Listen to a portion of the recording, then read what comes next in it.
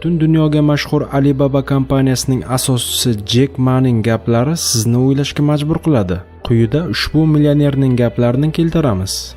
Kambag'al odamlarni qoniqtirish juda ham qiyin. Ularga birorta narsani tekinga bersangiz, tuzoq bo'lsa kerak deb hisoblashadi. Bu faqatgina ozgina investitsiya xolos desangiz, ko'p miqdorda pul ishlab bo'lmaydi deyshadi. Ularga ko'proq pul tiking desangiz, pulim yo'q deyshadi. Ularga yangichasiga ishlab ko'ring desangiz, tajriba yo'q deyshadi. Ularga bu odatiy biznes desangiz, bu qiyin deyshadi. Ularga bu yangicha biznes model desangiz, ular buni piramida deyshadi. Ularga do'kon oching desangiz, erkinlik yo'q deyshadi.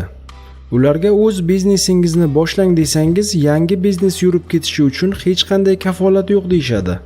Ularni birlashtirib turadigan o'xshashliklar bor. Google'dan axtarishni yaxshi ko'rishadi. O'zlariga o'xshagan umidsiz, mablag'i yo'q tanish-bilishlardan maslahat olishadi.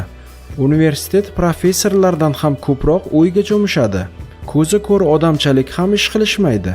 Qo'lingizdan nima ish keladi deb so'rasangiz javob berisha olmaydi. Mening xulosam, nima uchun yuragingiz tezroq urishi uchun tezroq harakat qilmaysiz? Ikkilanish o'rniga o'ylagan ishingizni amalga oshirmaysiz.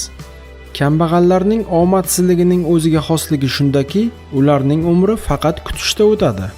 Siz kimsiz? O'zingiz hal qiling.